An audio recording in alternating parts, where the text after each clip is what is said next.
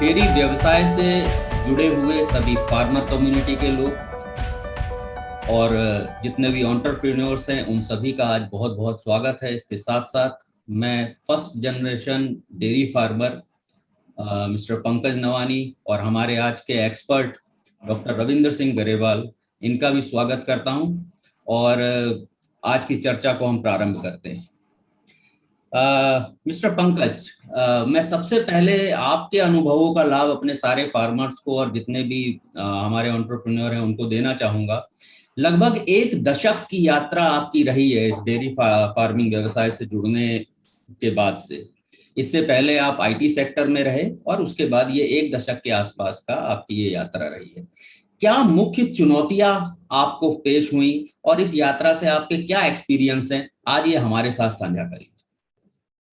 अच्छा, नमस्कार सर। आपको भी, डॉक्टर ग्रेवाल को भी धन्यवाद मेरे को यहाँ पे बुलाने के लिए। देखिए, हम 3 इंजीनियर्स थे जिन्होंने ये काम शुरू किया था आज से 10 साल पहले, और यकीन मानिए कि हमें इस बारे में बिल्कुल भी कुछ पता नहीं था। ध्येय यही था कि हम ये ये जानेंगे कि कैसे इस व्यवसाय में प्रॉफिटेबिलिटी को अचीव किया जा सकता है।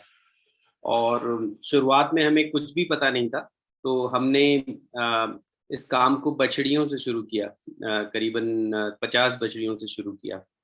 और इन 50 बछड़ियों में पहले ही साल हमें बहुत सारे चीज़ें देखने के लिए मिली, जैसे कि ब्रुसेलोसिस एक तरह की प्रॉब्लम थी जो हमें 2 या 3 बछड़ियों में देखने के लिए मिली, और हमने इमीडिएटली उसको क्योर किया और उनको अलग किया है और दूसरे हर्ट से।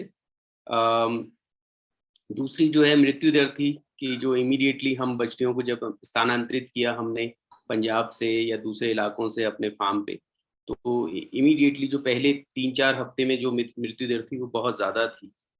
और तीसरी चीज़ कि ट्रांसजेंडरिज्म जो एनिमल में होता है, जहाँ पे जो कि केवल फार्मर को पता होता है जो उस बछड़ी को बेच रहा होता है। तो 50 में से 10 बछड़ियाँ हमें इसी तरह से उनको फार्म से, वो फार्म के काबिल नहीं रही और उनको फाइनली बाहर निकालना पड़ा। तो पहली चीज़ तो यही है कि आप कैसे एनिमल्स को चूज़ कर पाते हैं और कैसे उनको। तो 3 चीज़ें जो हमने बहुत ही पहले समझ ली इसमें, कि अगर अगर हमारे पास ब्रीड सिलेक्शन ठीक है, अगर हमारे पास फीड ठीक है। पहले हमें बहुत ज़्यादा परेशानी इस बात की आई कि इन 50 बछड़ियों के अराउंड हम फीड कैसे वो करें। और थर्ड थिंग जो डिजीज़ हाइजीन है, अगर हम वो मेंटेन कर लें, आने वाले जो किसान भाई हैं या एंटरप्रेन्योर्स हैं, तो ये 3 चीज़ें अगर हम ध्यान रखें तो एक अच्छी शुरुआत हम ये कहेंगे। और ऐसा नहीं है कि चैलेंजेस यहीं पे ख़त्म हो जाते हैं, बट एक अच्छी शुरुआत के लिए ये 3 चीज़ें तो एटलीस्ट आपको समझनी चाहिए पहले पहल। धन्यवाद पंकज जी। डॉक्टर ग्रेवाल, एक हम लोगों को भी ये बहुत सालों से हम लोगों का आपस में अटैचमेंट रहा है और हम लोग ये देखते हैं कि डेयरी फार्मिंग को अब एक व्यवसाय के रूप में विकसित करने की आवश्यकता है, एक बिजनेस के मॉडल के रूप में विकसित करने की आवश्यकता है। तो हमारे पास कई बार इस तरह के फोन कॉल्स भी आते हैं जिसमें कि एक व्यक्ति पूछता है कि साहब, हमको इनके लिए किस तरह से देखभाल करनी है, और हम एनिमल्स की पूछताछ शुरू करते हैं तो मालूम चलता है वो एनिमल पहले ही खरीद चुके हैं और उसके बाद वो उसके मैनेजमेंट के बारे में सोच रहे हैं। तो एक डेयरी फार्म अगर कोई व्यक्ति शुरू करना चाहता है, महत्वपूर्ण बिंदु ऐसे कौन से हैं जिनके बारे में उसको पहले से ही तैयारी होनी चाहिए और उसके पास पूरी तरह से एक सिस्टम रेडी होना चाहिए कि अपने पास जो भी एनिमल्स आ रहे हैं उनको सपोर्ट। पंकज जी की बातचीत में भी मुझे इसी तरह की चीजें थोड़ी सी इंगित हुई हैं। आप इस बारे में अपना एक्सपीरियंस थोड़ा सा हमारे श्रोताओं के साथ में शेयर करिए सर। हाँ जी, थैंक यू डॉक्टर त्यागी। इस तरह के डेयरी फार्मिंग जो है वो कमर्शियल फार्मिंग धीरे धीरे अपने देश में आ रही है, लेकिन स्टिल जो हमारा हर्ड साइज है इट इज़ लेस देन 5। तो as compare to other developed countries जैसे इसराइल में 250-300 हर्ड साइज एवरेज है, बहुत पीछे हैं। पर फिर भी नॉर्थ इंडिया, वेस्ट इंडिया में कमर्शियल डेयरी फार्मिंग में अच्छी तरक्की की है। पंजाब, हरियाणा, कुछ महाराष्ट्र और गुजरात के एरियाज हैं। जितनी देर तक हमारे किसान भाई फार्मर, डेयरी पशुपालक भी डेयरी को एक व्यवसाय के तौर पे नहीं लेंगे तो वो इससे अच्छा प्रॉफिट नहीं कमा सकेंगे। कितना आपकी इनपुट्स जा रही है, कितनी आउटपुट जा रही है, इसका मूल्यांकन जब फार्म स्टार्ट करना है, जैसे पंकज जी ने बताया कि बहुत मुश्किलें आई, ये आती हैं, नए फार्मर को बहुत आती हैं। जो एक सक्सेसफुल डेयरी के 4 बेसिक वो हैं, आधार हैं, उसमें पहली है ब्रीड, दूसरी है न्यूट्रिशन, थर्ड है मैनेजमेंट, फोर्थ है हेल्थ केयर। इसमें सभी कुछ सम्मिलित जो भी फार्म पे करना है वो आ जाता है।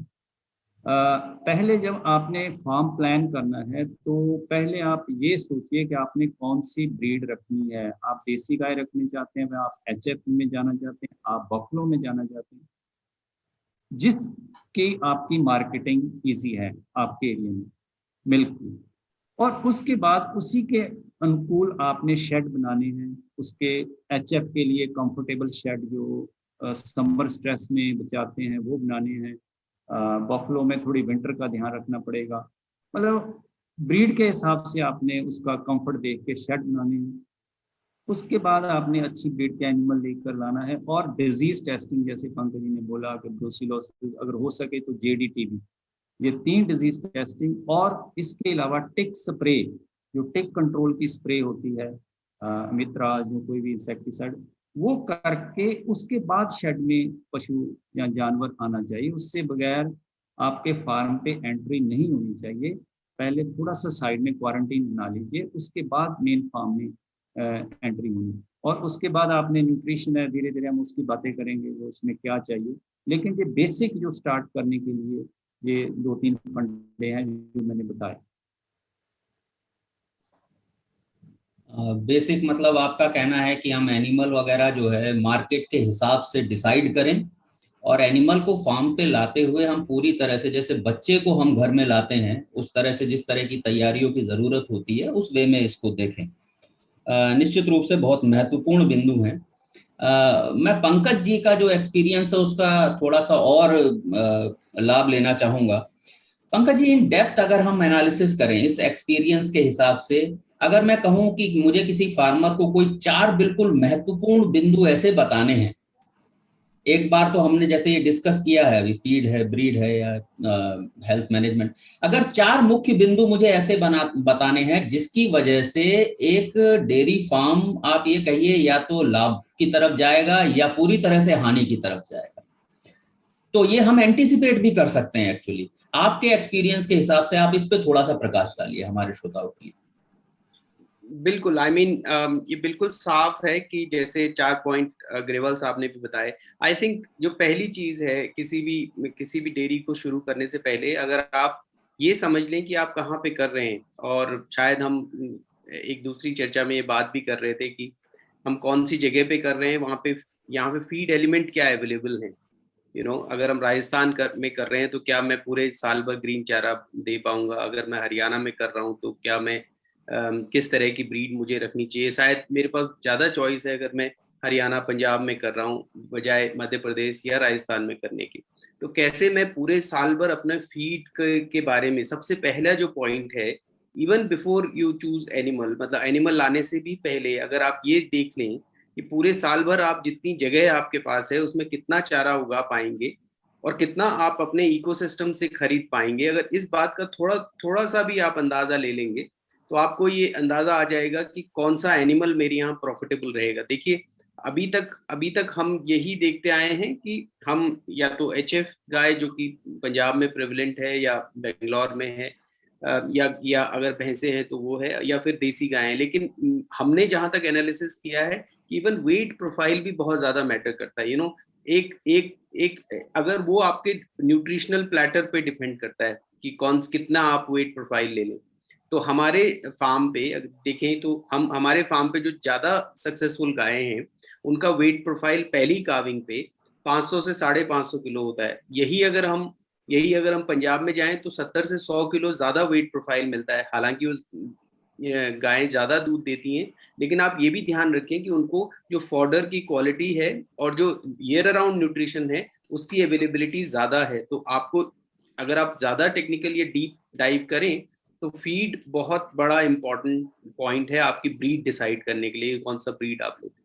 देन ऑब्वियसली ब्रीड बहुत इंपॉर्टेंट रोल प्ले करती है कि आपने कौन सा चूज किया है फीड लाने के बाद, और फिर उसके बाद आपने सक्सेसिव ब्रीडिंग प्रैक्टिसेस को ठीक से फॉलो किया है। Management, I mean this way की हेल्थ मैनेजमेंट और हाइजीन भी आ जाता है, ये बहुत ज़रूरी है।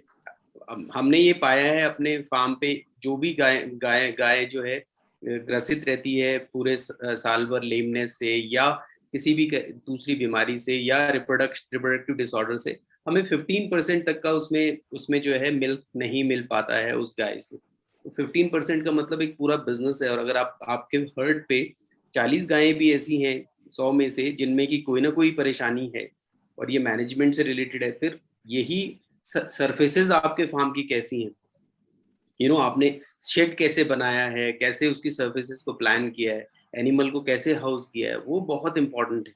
तो ये सब चीजें, आर्किटेक्चरल कंपोनेंट भी आ जाएगा उसमें, है ना। तो मैनेजमेंट में काफी सारी चीजें आ जाएंगी जो कि जिसमें कि किस तरह की सर्फेसेस आपने प्लान किए हैं, किस तरह, कहीं गाय के लिए ज्यादा फिसलनदार सर्फेस तो नहीं है, कहीं पे उसके पास ट्रैक्शन है क्या, कहीं उसके हूव्स जो है हेल्थ तो खराब नहीं हो रही है। हमने ये भी देखा है कि अगर हम बहुत ज्यादा कंक्रीट कर देते हैं सब जगह तो हूव हेल्थ को इशू आ जाता है, लगभग 10 से 12% लेमनेस देखने के लिए मिलती है। तो ये चार जो चीजें जो डॉक्टर ग्रेवाल ने बताई हैं, मैं उन्हीं पे एम्फेसाइज करूंगा, but let us go deeper down, एक एक लेयर नीचे जाते हैं और फिर समझते हैं कि उनमें और चीजें हमें क्या क्या जाननी है। तो मुझे लगता है फीड, आपका जो इंफ्रास्ट्रक्चर है वो, breed and how you manage your disease, कैसे वैक्सीनेट करके आप पूरे हर्ड को रख सकते हैं, क्योंकि जैसे आपने बताया कि बिल्कुल अपने बच्चों की तरह और अपनी फैमिली की तरह ही इसको देखना चाहिए। धन्यवाद पंकज जी। मुझे जो समझ में आया अब तक की चर्चा से कि एक तरह से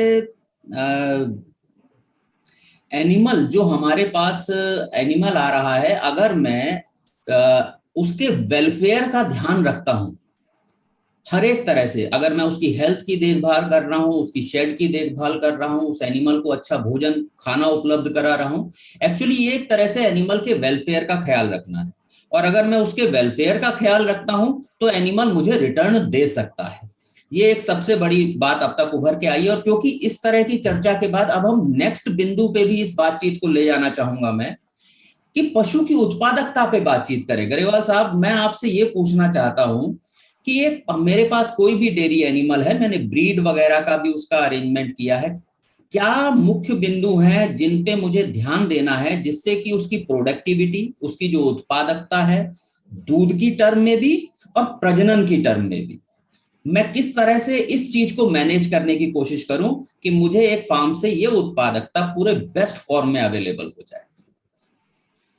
जी त्यागी जी, इस तरह एक बार हमने एनिमल ले लिया, ब्रीड फिक्स हो गई, जहाँ बच्चा उसका फर्स्ट लैक्टेशन में आ गया, तो उसके बाद ब्रीड तो चेंज नहीं होगी। उसके बाद सिर्फ 2-3 ही पॉइंट रह जाते हैं, nutrition, cow comfort and health. तो इसके तीनों के एस्पेक्ट में मैं थोड़ा सा विस्तार में जाऊंगा। सबसे पहले काउ कंफर्ट, जैसे पंकज जी ने बोला, it is very very important. अगर एनिमल कंफर्टेबल है तो उसका ईटिंग टाइम बढ़ जाता है, रूमिनेशन टाइम बढ़ जाता है, उसका ड्राई मैटर इनटेक बढ़ जाता है और प्रोडक्शन बढ़ जाती है। तो काउ कंफर्ट में 2 चीज़ें हैं, एक तो उसके जो वेंटिलेटेड और कच्चा फ्लोर, हम जो हमारी रिकमेंडेशन है पंजाब में मैक्सिमम शेड के नीचे कच्चा is very very important, 25-30 feet wide soil floor, apart from standing area जो कंक्रीट का 8-9 फुट होता है, उसके आगे बिल्कुल कच्चा, ताकि एनिमल कंफर्टेबली वहाँ बैठ के रूमिनेशन कर सकें। और दूसरा है उसमें समर स्ट्रेस में बचाने के लिए cooling system, that is 2 types, feeding alley cooling and milking parlour holding area cooling system, both are important. तो वो दोनों हमें चाहिए, along with timer and fans attached.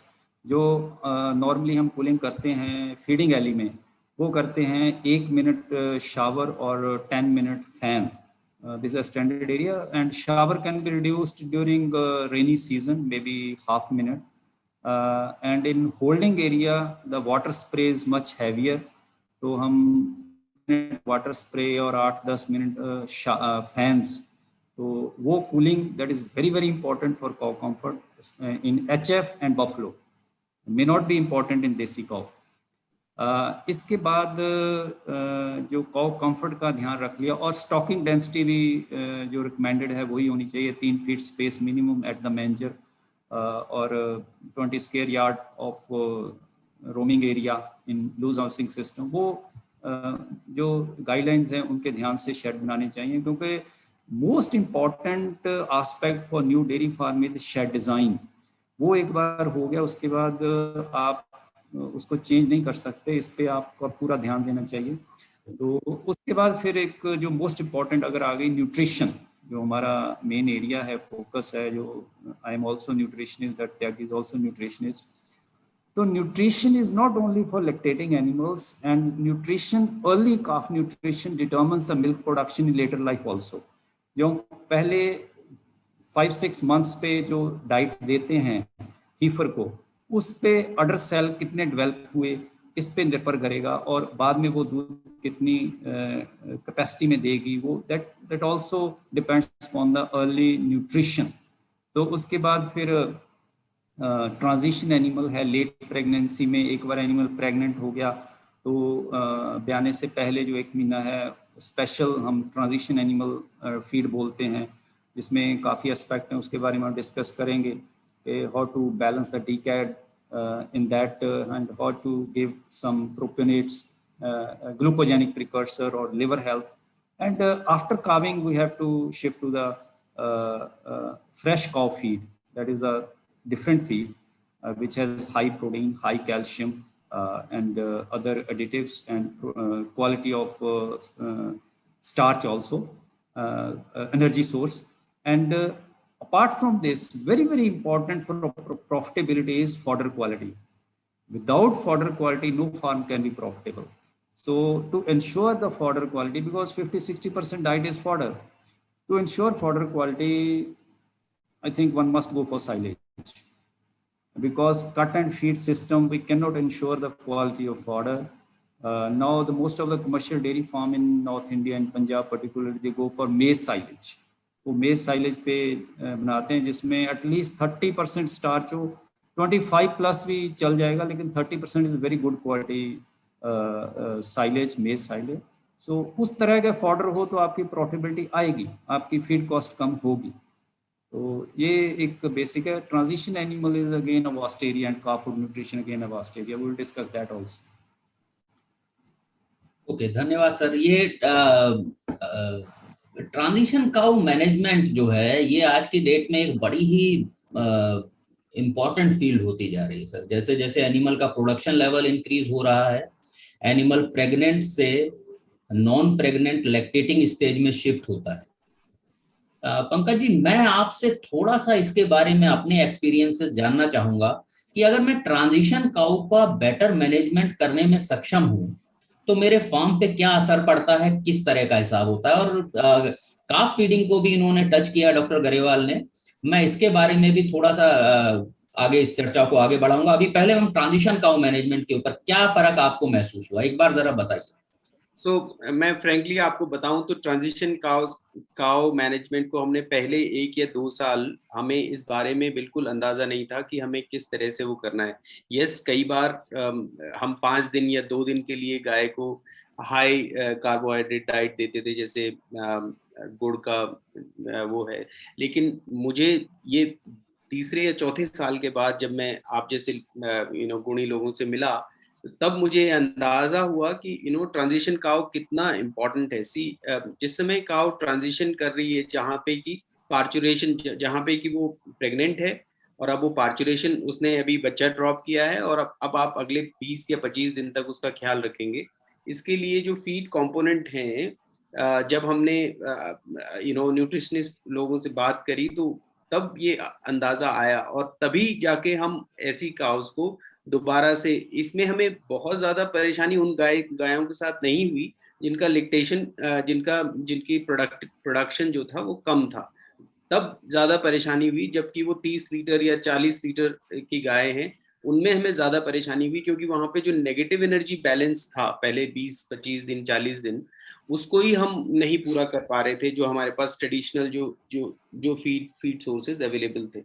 So and then हमने फीड को एनरिच किया। दैट कैल डिकैल बैलेंस एक तरह का आयन बैलेंस है, जो कि जब काव जो है कम र्यूमन, जब छोटा र्यूमन है उससे जब बड़ा र्यूमिनेटिंग या पेपली, जब र्यूमन पेपली छोटे से बड़े की तरफ जा रहे हैं, उस समय हमें उसका बहुत ज्यादा ध्यान रखना पड़ता है।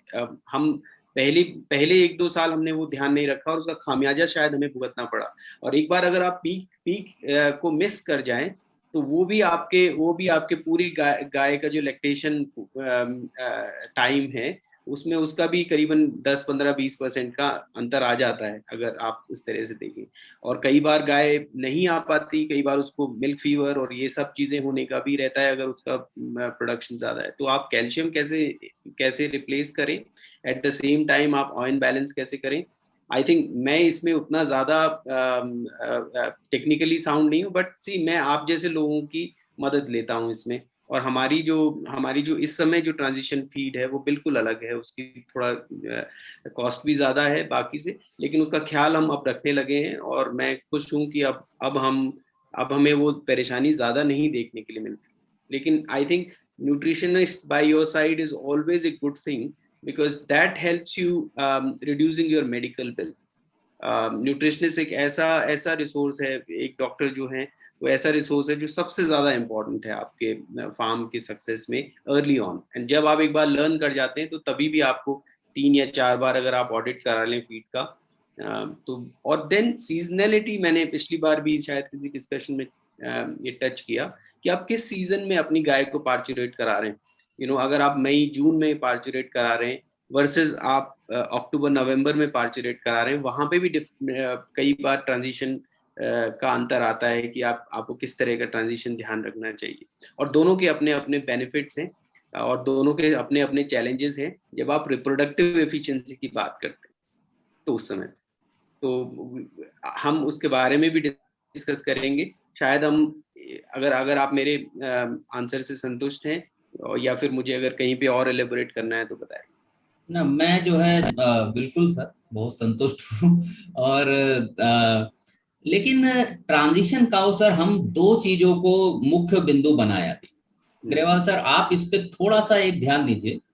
कीटोसिस, हाइपोकैल्सीमिया, मिल्क फीवर के जो इश्यूज हैं, आपने साइलेज को भी टच किया है और ट्रांजिशन काउ के बारे में हमें पंकज जी से specific technical point of view से, अगर मैं अपने फार्मर जो आज इसको सुन रहे हैं उनकी हेल्प करना चाहूं, इन दो मुख्य डिजीजेस को आप अगर प्रिवेंट करना है, मैं डाइटरी इंटरवेंशन किस तरह से उनका फीडिंग मैनेजमेंट करूं कि मैं इसमें जो है मुझे ये, क्योंकि ये मुख्य है, ज्यादा दूध देने वाले पशु बहुत खराब होते हैं इन दो बीमारियों की वजह से, इन दो परेशानियों की वजह से।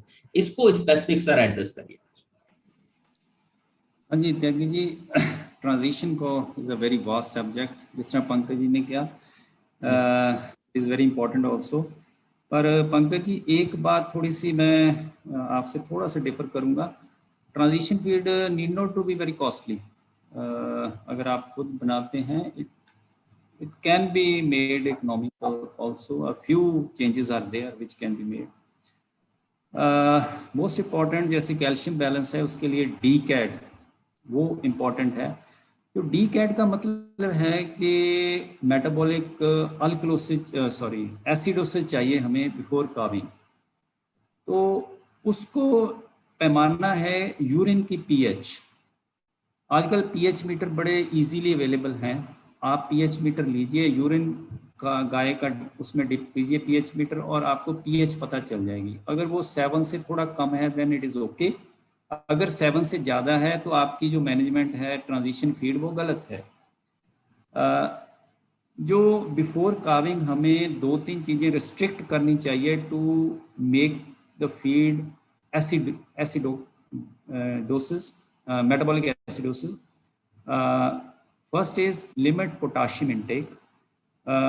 Too much high potassium causes more milk fever. So to limit potassium intake, avoid use of too much lush green fodder. अगर आप बहुत immature green fodder ad lib दे रहे हैं before calving, it will lead to more chance of milk fever. If you are feeding green fodder, तो आप उसको 25-30 kilo तक limit कीजिए. If you are feeding silage, तो maize silage is not very high in potassium, so there is not problem potassium. Second is molasses. Molasses is rich in potassium. Don't feed too much molasses. If you want to add molasses in transition feed, add a maximum up to 3 kg, not more than that. And इसके अलावा जो अगली step है वो है negative एनॉयन salts. उसमें जो choice है that is ammonium chloride and magnesium sulphate. That is combination is very effective. No need to go for very costly commercial blends, I would say. May not be everybody agree with me.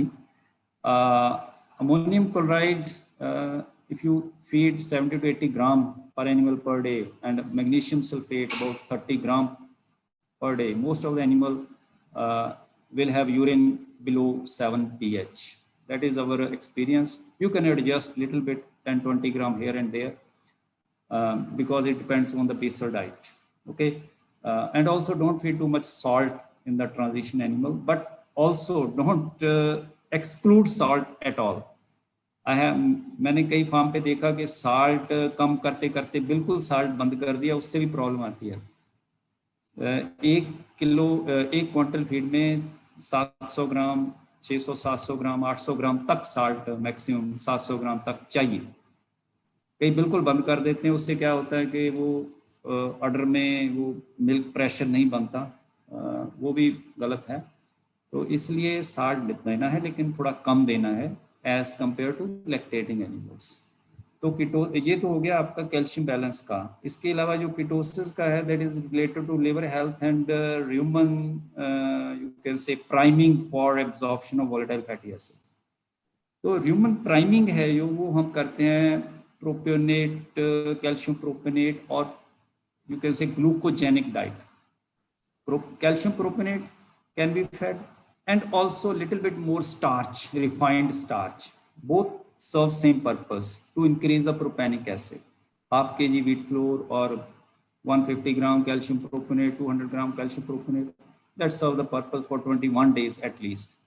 So it will increase the length of rumen papillae, and it will increase the absorption of volatile fatty acid post calving with high concentrate feed, and the animal will be less chance of negative energy balance. Second is that liver में जो fat accumulation ना हो, because at the time of calving जो mobilization of body fat होती है, because intake बहुत कम हो जाती है, तो वो liver में accumulate ना हो, उसके लिए we have to feed methyl donor and rumen protected choline. So ये दो और additive हैं. Rumen protected choline always gives better you can say return on investment if you feed before calving at least 20 gram active ingredient, 15 to 20 gram active ingredient per animal per day for high yielding animals. You can adjust about the commercial product. Okay, and your methyl donor methionine hai, it also helps in liver health. 10 gram maximum before calving per animal per day. If you अगर आप liver health का ध्यान रखते हैं और human को prime करते हैं और डीकैट बैलेंस और ह्यूमन पीएच चेक करते हैं, then you are through for this transition animal. And apart from this another is vitamin D for prevention of mastitis and retain placenta. That's all. Okay, thank you doctor Grewal. ये दोनों ही जो मुख्य बिंदु थे, mastitis के बारे में मैं थोड़ा सा डिस्कस करना भूल गया था, आपने उसको भी ऐड किया इसमें. ट्रांजिशन प्रॉब्लम में कीटोसिस, हाइपोकैल्शियमिया और ये मास्टाइटिस इन्फेक्शियस डिजीजेज, इनकी परेशानियां होती हैं. डॉक्टर ग्रेवाल ने हमको ये समझाया कि किस तरह से जो नया कंसेप्ट है आयनिक बैलेंस डाइट का एस्टेब्लिश करना, और समहाउ जो हमारा बेसिक फंडामेंटल है कि अगर एनिमल खाना खा रहा है, हम उसका इंश्योर कर दें कि ड्राई मैटर इनटेक काविंग के बाद अगर हमने इंश्योर कर लिया तो वो खाना खाने वाला एनिमल, क्योंकि जो बहुत ज्यादा तो दूध देने वाले पशु हैं उनके साथ में एक स्टेज पे नेगेटिव एनर्जी बैलेंस की स्थिति आती है. ये भी एक कैरेक्टरिस्टिक्स है अच्छी ब्रीड जो दूध दे रही है। हमारा काम है कि as a nutritionist, as a farmer, हम उसके परमानेंट इफेक्ट या डिफेक्ट्स एनिमल के अंदर ना आ पाए, हम इसका मैनेजमेंट करें।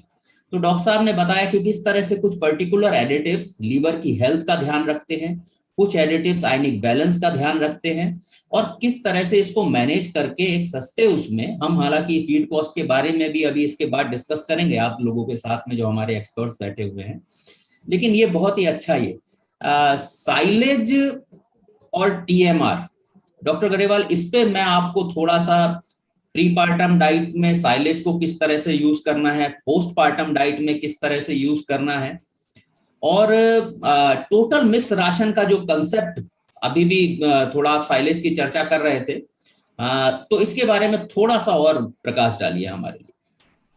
हाँ जी त्यागी जी, ऐसा है कि जैसे मैंने पहले बोला कि farm profitability depends on the fodder quality, this is the basic funda for any dairy farm.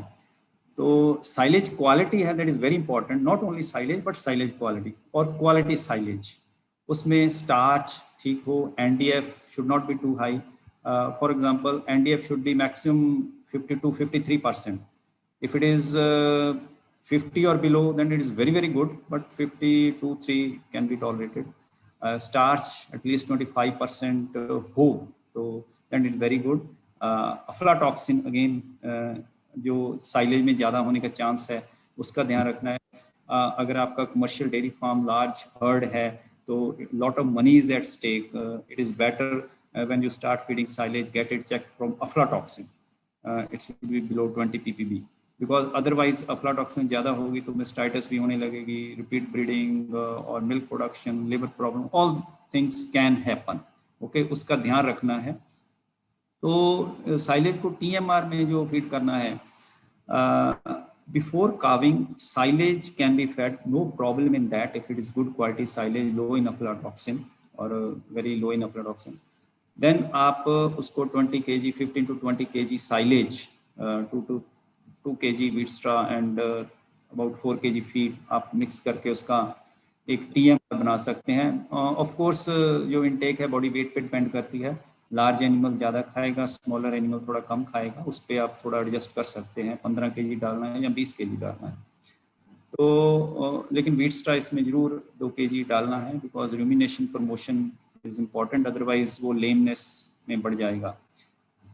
जो पोस्ट काविंग TMR है उसमें साइलेज धीरे धीरे इंक्रीज होता है इमीडिएटली, बिकॉज जो ड्राई मैटर इनटेक है वो मैक्सिमाइज आफ्टर 30 days होता है, वो पहले कम रहता है, तो उसमें आप उतना ही डालिए, क्योंकि TMR का जो बेसिक कॉन्सेप्ट तभी लागू हो पाएगा अगर आपको उसका ड्राई मैटर इनटेक का थोड़ा अंदाज हो। बिकॉज अगर आप ज़्यादा साइलेज में फीड रला दें तो एनिमल खाए नहीं, वो फीड नेक्स्ट डे वेस्ट होके निकालनी पड़ेगी।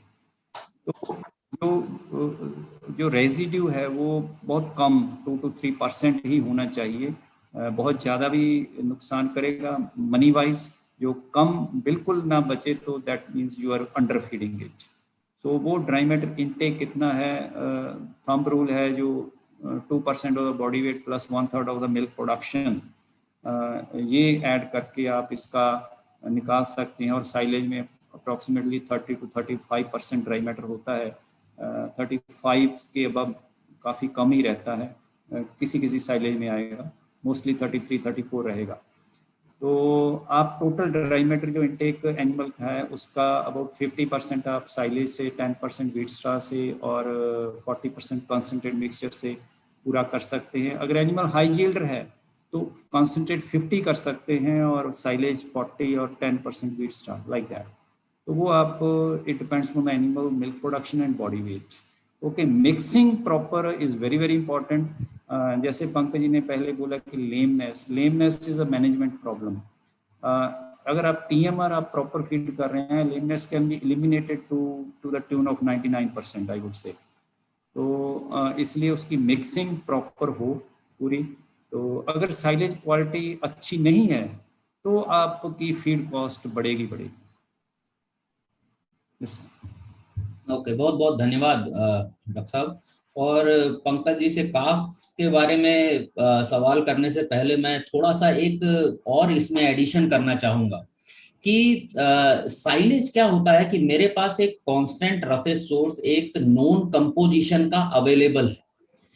हमारे फार्मर्स को नॉर्मली और किसी भी न्यूट्रिशनिस्ट से आप बात करेंगे तो उनको पता है कि अगर रफेज ड्राई मैटर इंटेक की मुझे जानकारी है, फीड इंटेक की जानकारी है, और साइलेज से क्या कुछ और कितनी मात्रा में मिलना है इसकी जानकारी, तो मैं कांस्टेंट एक कंपोजिशन कंसंट्रेट मिक्सचर की बना सकता हूं जो लंबी ड्यूरेशन तक चलेगी। इससे मुझे दो बेनिफिट होते हैं। एक तो मैं मार्केट से थोड़ा सा ज्यादा बल्क में अपना सामान परचेज करके स्टोर करता हूं, और जो भी कंसंट्रेट मिक्सचर मैंने डिसाइड किया हुआ है उस कंपोजिशन के हिसाब से मैं 10-15 दिन पे उसको प्रिपेयर कर सकता हूं मिक्सचर को। साइलेज के साथ में बना हुआ टीएमआर ये एंश्योर करता है कि हर बाइट में जो एनिमल मुंह के अंदर हर बाइट ले रहा है उसमें रेशियो जो न्यूट्रिएंट्स का है, पोषक तत्वों का जो रेशियो है, वो बिल्कुल यूनिफॉर्मली मेंटेन हो। गरेवाल साहब ने भी इस चीज को टच किया कि इस तरह से साइलेज बेस्ड टीएमआर खिलाने से आपके जो लेमिनाइटिस, क्योंकि ह्यूमन में अगर पाचन प्रॉपर चल रहा है तो आपके इस तरह के जो सेकेंडरी इश्यूज हैं इन पे बहुत कुछ कंट्रोल लग जाता है। ठीक है, क्योंकि साइलेज में थोड़ा सा पॉजिटिव डीकैट की तरफ है डायरेक्शन, तो एडवांस प्रेग्नेंट जो एनिमल हैं उनके टाइम पे हम थोड़ा सा उसकी मात्रा अगर रिड्यूस कर लेते हैं, वो भी गरेवाल सर ने टच किया उसको, तो उससे हमको थोड़ा सा वो हाइपोकैल्सीमिया वगैरह के जो इश्यूज हैं उनसे बचने में मदद मिल जाती है। ये बहुत जरूरी है इस कंसेप्ट को महसूस करना। टोटल मिक्स राशन या कुल मिश्रित खुराक का जो हमारा कंसेप्ट है उसको हमको फार्म पे इम्प्लीमेंट करना बहुत जरूरी है। और ये भी जरूरी है कि हम एक अच्छी क्वालिटी का साइलेज प्रोड्यूस कर पाए। साइलेज पे अगर इस डिस्कशन को और बढ़ाया शायद हमको बहुत लंबी ड्यूरेशन लग जाएगी, तो मैं इस वजह से इसको यहाँ रोकूंगा। और या गरेवाल सर प्लीज। मैं साइलेज के एक पॉइंट बताना चाहता हूँ कि साइलेज बनाने के लिए दो मेन फंडे हैं। एक तो है कि आपकी क्रॉप की स्टेज सही हो, दूसरा आपकी पैकिंग प्रॉपर हो। यस, ये दो मैनेज कर लिए तो साइलेज क्वालिटी बन जाएगी। अगर आपने क्रॉप इमेच्योर डाल दी, उसका एफ्लुएंट लॉस मॉइस्चर ज़्यादा है तो भी क्वालिटी खराब होगी, बहुत मेच्योर होगी, प्रेसिंग पूरी नहीं हो तो भी खराब होगी, प्रेसिंग अच्छी तरह नहीं कर पाए, एयर रहेगी या बारिश पड़ गई ऊपर, वो भी खराब होगी। प्रेसिंग और क्रॉप की सही stage, that is the two basic points. बिल्कुल, ये चीज हमारे डिस्कशन में भी कई बार आती है। पहले हम बोल देते थे 25% ड्राई मैटर पे अगर हम हार्वेस्ट कर रहे हैं, अभी हमें मालूम है 30 से 35% ड्राई मैटर पे क्रॉप हो। साइलेज केवल चारे का प्रिजर्वेशन नहीं है, ये पोषक तत्वों का प्रिजर्वेशन है लॉन्ग ड्यूरेशन के लिए। तो इस वजह से अगर मैं इसको यूज कर रहा हूं अपनी उसमें खुराक के अंदर, मेरी बहुत सारी परेशानियां हल होती हैं। मेरे खुराक बैलेंस करना मेरे लिए आसान होता है। मुझे ये दिक्कत नहीं है कि हर 15 दिन पे हरे चारे की कंपोजिशन चेंज हो रही है। हाई यील्डिंग एनिमल्स के लिए ये एक बहुत बड़ा इशू होता है। ये थैंक यू डॉक्टर गरेवाल, इस चीज पे आपने बहुत अच्छा ये प्रकाश डाला। साइलेज बनाने के ऊपर आगे हो सकता है कि हमसे और प्रश्न आए इसके बारे में, ये अच्छी बात है। अगर प्रश्न आएंगे तो हम उसके उत्तर देने का प्रयास करेंगे। पंकज जी, मैं इस टॉक को, अब हम लोग एंड की तरफ आ रहे हैं, मैं आपके विचार जानना चाहता हूं कि ये काफ रियरिंग वगैरह का इतना ज्यादा क्यों इशू है। गांव में हम देख रहे हैं कि काफ सबसे नेग्लेक्टेड एनिमल है। जो हमारे कटरियां हैं, बछड़ियां हैं, उनकी जो देखभाल है वो सबसे ज्यादा नेग्लेक्टेड है। अभी गरेवाल साहब ने टच किया कि ये जो ग्रोथ का पीरियड है उस टाइम पे उसके मिल्क के वो सेल्स जिनसे दूध बनता है, अडर के जो सेल्स जिनसे दूध बनता है, उनकी संख्या में इजाफा होता है। तो क्या एक ही पोटेंशियल का एनिमल है, जेनेटिक पोटेंशियल का, उसकी काफ की रियरिंग के टाइम पे फीडिंग प्रॉपर हो गई तो एक्चुअली मैं उसी एनिमल का प्रोडक्शन का पोटेंशियल ही इंक्रीज कर देता हूं। काफ रियरिंग से रिलेटेड आपका जो 10 साल का अनुभव है वो हमारे श्रोताओं के साथ आप साझा करिए, किस तरह का है? आई थिंक बहुत अच्छा पॉइंट। बहुत सारी चीजें मैं भी इस डिस्कशन में लर्न कर रहा हूँ, लेकिन डेफिनेटली दोनों चीजें हिस्सा लेती हैं किसी एनिमल के प्रोडक्टिविटी में, नेचर और नर्चर। हमने यहाँ तक देखा है कि एक बार हमारे पास क्या हुआ है कि दो बछड़ियां एक साथ पैदा हुई, एक ही माँ से पैदा हुई और उनका वेट भी एक ही था, लेकिन एक में काफ स्कोर्स डेवलप हुए और एक में काफ स्कोर्स डेवलप नहीं हुए। और उनकी ग्रोथ जो है उसके पश्चात जो है वो इस तरह से चली कि जब उनका पार्चुरेशन हुआ तो एक बछड़ी ने 2 या 2.5 महीने पहले बच्चा दिया, और 3 महीने का अंतर आ गया, जस्ट बिकॉज इस कारण से कि शायद हम एक बछड़ी में काफ स्कोर्स को मैनेज नहीं कर पाए। तो जो आई थिंक सबसे पहली चीज, अगर हम स्टेप बाय स्टेप करें, तो जैसे ही बच्चा हो, अगर हम पहले 2 घंटे में उसे कोलेस्ट्रॉम पिला दें, जितना भी मां से निकले उस समय, और ये क्रम जो है हर एक दिन में 5 बार पिला दें, थोड़ा थोड़ा करके पिला दें। हर फार्मर अलग तरीके से इसे समझता है, लेकिन जो अल्टीमेट गोल्स या केपीआईज होने चाहिए काफ मैनेजमेंट के, वो हमारे फार्म में इस तरह से हैं कि पहले 2 महीने में एक काफ जो पैदा है वो 60 किलो पार कर जाए, और हमारी कोशिश ये रहती है कि 3 महीने में हम उसे 100 किलो 90 से 100 किलो बना दें, और फिर उसके बाद हम उसे एक हर्ड में, जो कि स्मॉल हीफर हर्ड है, उसमें इंट्रोड्यूस कर दें। जो भी काफ इसको नहीं मीट कर पाता, हम फिर उसके लिए एडिशनल फीडिंग का व्यवस्था करते हैं। लेकिन ये बहुत जरूरी 2 केपीआईज हैं जो कि हम लगातार अपने फार्म पे देखते हैं कि हमारा काफ जो है 2 महीने में 60 किलो का हो जाए और 3 महीने में 90 से 100 किलो वो पहुंच जाए। तो इस तरह से अगर हम देखें तो हमें 700-800 या कई बार 900 ग्राम की भी हमें पर डे की तरह से ग्रोथ मिलती है। इसमें बहुत जरूरी ये है कि काफ इस बीच में एक दूसरे को कंटेमिनेट न कर दें, किसी तरह से उनको काफ स्कोर्स ना हो, शायद होते भी हैं, लेकिन उसको मैनेज किया जाए एज अर्ली एज पॉसिबल। वो जो आपकी जो इसके बाद जो प्लेसेंटा कैनाल है उसको सैनिटाइज करके अच्छी तरह से बांधना जरूरी है। डी हॉर्निंग के टाइम पे बहुत जरूरी है कि वो जल्दी से रिकवर कर जाएं, ताकि उनकी ग्रोथ में बहुत ज्यादा ये ना।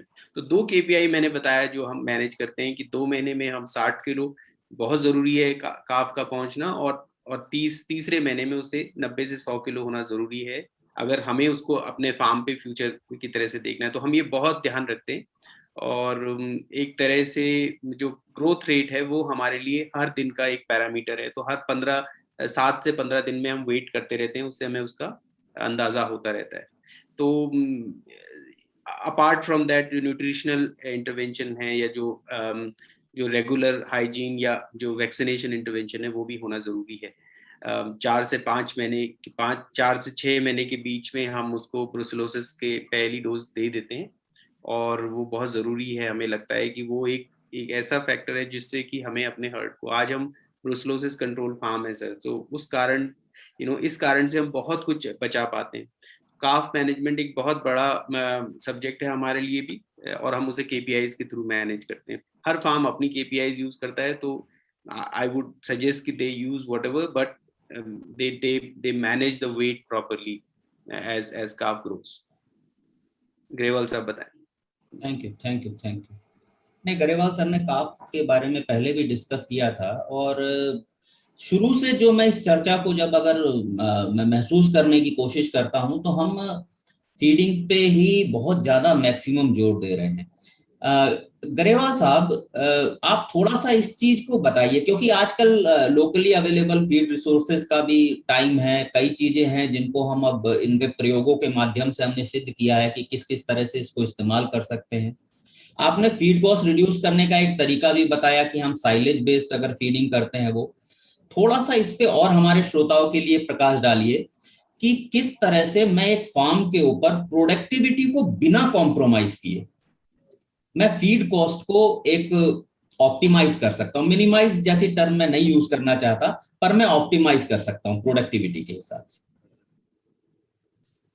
त्यागी जी, ऐसा है कि अपार्ट फ्रॉम फॉडर क्वालिटी और साइलेज, जो अदर पॉइंट्स हैं टू इकोनोमाइज द फीडिंग और टू इंक्रीज द प्रॉफिटेबिलिटी, वो 2 पॉइंट पर हैं। एक तो है how to minimise the cost of protein, because protein is the most costly ingredient in feeding cakes. Last month soybean meal 100 touch कर गई थी, अब फिर चलो थोड़ा कम हो गई। तो मील्स हैं जो केक्स हैं, they are very costly. So use NPN, non protein nitrogen, urea, ये जो प्रचार है यूरिया से एनिमल खराब हो जाता है, यूरिया से ये हो जाता है, यूरिया दूध में आता है, ये बिल्कुल यूजलेस अनसाइंटिफिक प्रचार हो रहा है, जो मीडिया भी कुछ इसमें कर देते हैं। लेकिन urea feeding 1% is allowed by law in concentrated mixture, and it has been demonstrated in England, I think in 60s, that 25 kilo वाली गाय जो दूध देती है मैक्सिमम, उसको विदाउट प्रोटीन उन्होंने यूरिया फीड करके दूध लेके दिखा दिया। मेरा कहने का मतलब है कि आप जब TMR फीड करते हैं उसमें 1% कंसंट्रेट में अगर यूरिया डालें तो आपकी इकोनॉमिक्स काफ़ी ठीक रहती है। और उसके अलावा आप स्लो रिलीज यूरिया के प्रोडक्ट भी कुछ आ गए हैं that you can use depending upon the recommendation of nutritionist and your production.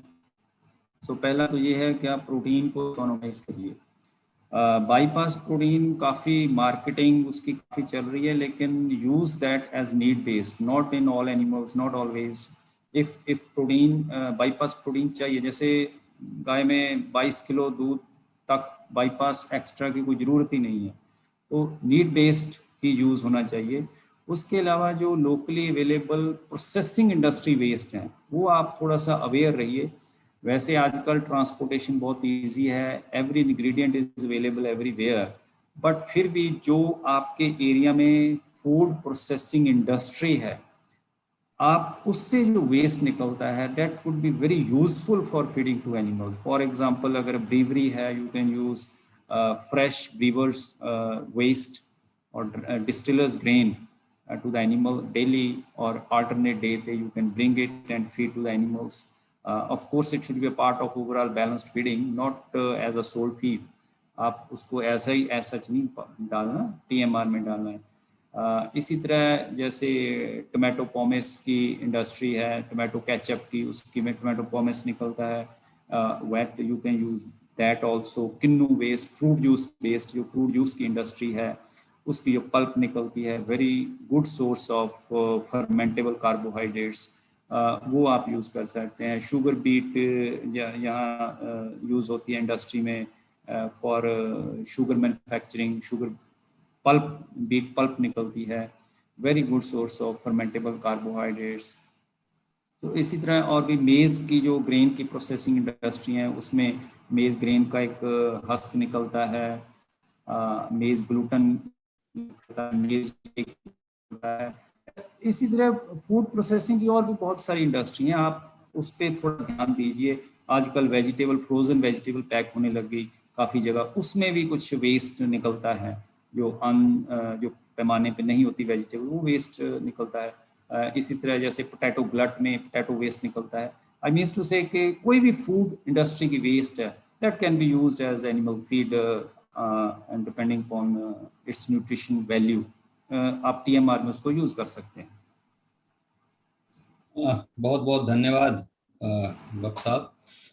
ये जो है कंसेप्ट एक्चुअली ये है कि अगर मैं फीड को पोषक तत्वों की तरह देखता हूं तो मेरे हाथ बहुत खुल जाते हैं। अभी कुछ दिनों पहले हमने यहाँ पे एक प्रयोग करना था पैडी स्ट्रॉ को ठीक ठाक यूटिलाइज करने के लिए, और हमने उसको एक कंसेप्ट यूज किया स्ट्रॉलेज का। पैडी स्ट्रॉ, मटर के छिलके, ब्रीवर्स ग्रेन जैसा डॉक्टर साहब ने बताया, और कुछ एडिटिव्स डाल करके हमने साइलेज जैसा एक प्रोडक्ट बनाया। इनिशियल स्टेज में है, एनिमल ट्रायल हम लोग करने वाले हैं, लेकिन बहुत ही अच्छे रिजल्ट उसमें मिले। तो अगर हम थोड़ा सा आंख कान खोल के चल रहे हैं, हमारे आसपास कौन सी इंडस्ट्री है, हमारे आसपास क्या मार्केट है, उसके बेस पे हम ये डिसाइड कर सकते हैं कि हमें पशुओं को किस तरह से फीड कॉस्ट मिनिमाइज करने के लिए हमको ध्यान देना है। ये सारी चीजें वो थी जो हमको बता रही थी कि फार्म प्रॉफिटेबिलिटी या लाभ की तरफ कैसे जा सकता है।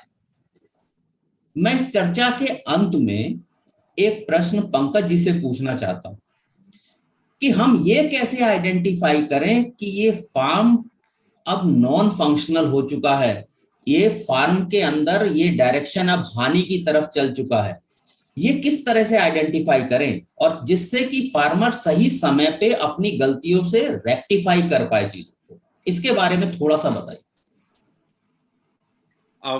आई थिंक जो सबसे जो फार्म के फेलियर की तरफ जो सबसे बड़ी चीज जो इंडिकेटर है वो ये है कि क्या आप अपनी रिप्रोडक्टिव एफिशिएंसी को ठीक रख पा रहे हैं, क्या आप हर 13 महीने में 14 महीने में बच्चा ले पा रहे हैं। अगर आप बच्चा आपका 13 या 14 महीने में आ रहा है और ये मैट्रिक आप साल दर साल मीट कर रहे हैं, तो समझिए कि फिर आप जो भी मिल्क ले रहे हैं उससे आपको प्रॉफिटेबिलिटी मिलेगी।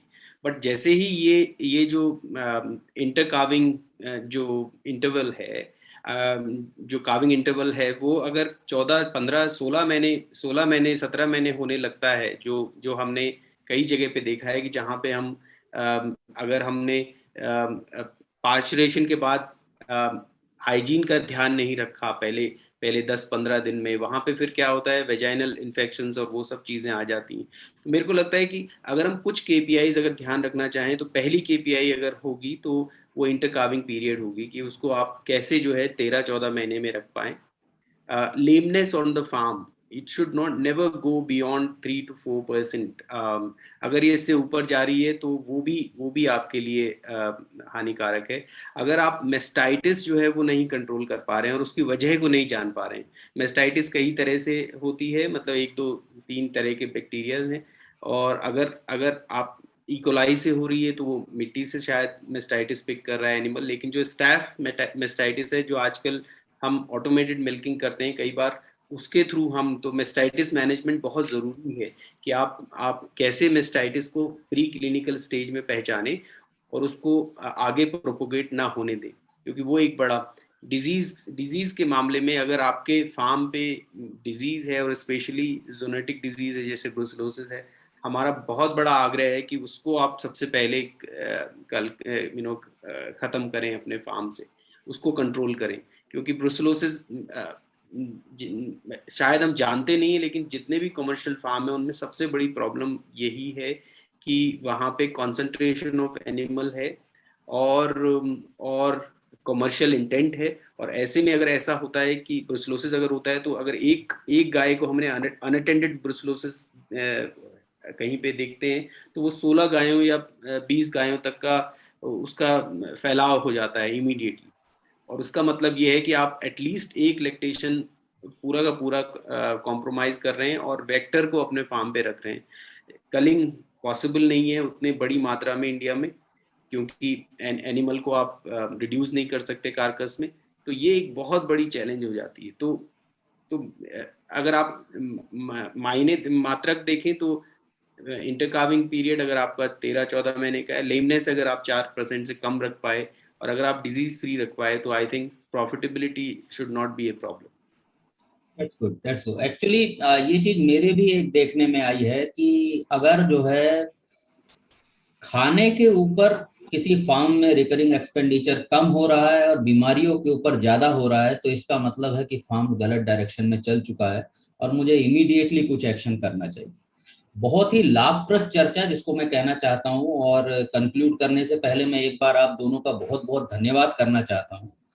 जो आज की चर्चा हुई है उसमें जो मुख्य बिंदु निकल के आए हैं वो ये हैं कि मुझे अगर एक डेयरी फार्मिंग को डेयरी बिजनेस के तौर पे देखना चाहिए और डेयरी बिजनेस पे लाभ और हानि का पूरा विश्लेषण होगा, इस तरह से उसको मैनेज करने की आवश्यकता है। फार्म पे जो ब्रीड हम सिलेक्ट कर रहे हैं वो हम इस बेस पे सिलेक्ट करें कि आसपास का मार्केट सिनेरियो किस तरह का है, किस तरह का दूध है, किस तरह के मिल्क के प्रोडक्ट हैं जिनको कि आसपास के लोग एक्सेप्ट करते हैं या हमें प्रीमियम प्राइस मिल सकता है। तो इस तरह की चीजों का ध्यान रखना है, इसके बेस पे हमें ब्रीड डिसाइड करनी है। जो फीड कॉस्ट है, जो हम लोग हमेशा, हम न्यूट्रिशनिस्ट बड़ा इसका शोर मचाते हैं, फैक्ट ये है कि अगर feed cost, recurring feed cost आपकी फार्म में 60% से बिलो जा रही है तो एक्चुअली ये ध्यान देने की जरूरत है। इसका मतलब है कि हमको फीड पोषक तत्वों पे कम हम ध्यान दे रहे हैं, बीमारियों के इलाज पे हम ज्यादा ध्यान दे रहे हैं। मौसम चेंज हो रहा है, इस समय ये परेशानियां सबको झेलनी पड़ रही हैं क्योंकि फीड का हिसाब किताब हमारा प्रॉपर होना चाहिए। इसके साथ साथ जो पूरी तरह से फार्म को प्रॉफिटेबिलिटी मेंटेन करने का तरीका है वो ये है कि मैं फार्म की ओवरऑल हेल्थ, फीड का उसमें बहुत अच्छा योगदान है, लेकिन ओवरऑल हेल्थ फार्म मैनेजमेंट के ऊपर जो जो गरेवाल साहब ने और पंकज साहब ने जितनी भी डिस्कशन किए हैं, कि किस तरह से इसको मैनेज करना है कि हम ओवरऑल, ये किस लिए है, जिससे कि फार्म के ऊपर हम गाय के, भैंस के, जो भी हमारे डेयरी एनिमल हैं उनके कंफर्ट का पूरी तरह से ख्याल रख पाए। एनिमल लाने से पहले फार्म पे साइंटिफिक वे में किसी ना किसी साइंटिस्ट से कंसल्ट करके हम एक शेड प्रॉपर वे में बनाएं और उसका पूरा डिसइंफेक्शन का भी ध्यान रखें। एनिमल लाने से पहले हम उसके खाने पीने की व्यवस्था का भी ध्यान रखें। ये नहीं होना चाहिए कि हम पशु को अपने घर पे लाए और उसके बाद हम किसी एक्सपर्ट से बात कर रहे हैं कि अब हमें करना क्या है। ये बहुत ही इंपॉर्टेंट एस्पेक्ट है। जैसे ही हम खाने पीने की व्यवस्था पे ध्यान देते हैं, मेरे फार्म के ऊपर मेटाबॉलिक डिसऑर्डर्स ये पूरी तरह से मिनिमाइज, अच्छे से अच्छे दूध देने वाले पशु को हम ऐसे अवेलेबल हैं फीड रिसोर्सेज कि हम उनको अच्छे से खिला सकते हैं। कॉस्ट ऑफ फीड, प्रोटीन या इस तरह के जो दूसरे इंग्रेडिएंट हैं, लोकली अवेलेबल फीड रिसोर्सेज हैं, उनका यूज करते हुए हम फीड कॉस्ट को एक ऑप्टिमाइज लेवल पे लेके जाएं, जिससे कि हमारे फार्म के ऊपर बर्डन टाइप का ना इंक्रीज हो जाए कि फीड कॉस्ट पे ज्यादा खर्चा हो रहा है तो हमको आंख कान खोल करके आसपास क्या क्या रिसोर्सेज अवेलेबल हैं इसके ऊपर ध्यान देना होगा। मैं साथ में एक चीज ऐड करना चाहता हूं कि नॉर्मली जो अच्छे अच्छे इंस्टीट्यूट्स हैं हमारे इस क्षेत्र में, आसपास और भी क्षेत्रों में, वहां पे फार्मर डेयरी फार्मिंग से रिलेटेड बहुत अच्छी ट्रेनिंग होती है। बहुत बड़े बड़े एक्सपर्ट, जैसे हमारे यहाँ भी साइनेड NDRI में एक फैसिलिटी है। आपके यहाँ के कोई भी लोग हों जो एडवांस ट्रेनिंग इस तरह की करना चाहते हैं जिसमें होलिस्टिक एनिमल के रहने, खाने, सारे प्रबंध से रिलेटेड एक्सपर्ट आपसे बातचीत कर सके, उसके लिए आप बिल्कुल आमंत्रित हैं। वेबसाइट वगैरह पे इस तरह की इंफॉर्मेशंस भी अवेलेबल होती हैं। तो अच्छे से पहले किसी चीज का ध्यान करके ज्ञान लीजिए और उसके बाद किसी भी प्रोफेशन के लिए जो सही है वही डेयरी फार्मिंग के लिए भी सही है कि पहले उसका ज्ञान अर्जन करें और उसके बाद फिर हम एनिमल लाइफ अपने हाथ से हैंडल करें। चर्चा के एंड में मैं पंकज नवानी जी, जो अपने एक्सपीरियंस के साथ एक तरह से कहते हैं कि कढ़े हुए डेयरी फार्मर हैं, जिन्होंने अपनी मेहनत से एक्सपीरियंस के साथ सीखा है, मैं बहुत बहुत धन्यवाद देना चाहता हूं। डॉक्टर रविंद्र गरेवाल, जो आज यहाँ पे डायरेक्टर लाइव स्टॉक फार्म्स का काम देखते हैं गढ़वासू लुधियाना में, मेरे नॉन न्यूट्रिशनिस्ट में बहुत ही सम्मानित नजरों से मैं इनको देखता हूँ। आज आप लोगों ने जिस तरह से ज्ञान बरसाया है हमारे श्रोताओं के लिए, बहुत बहुत धन्यवाद आप लोगों का। Thank you. धन्यवाद।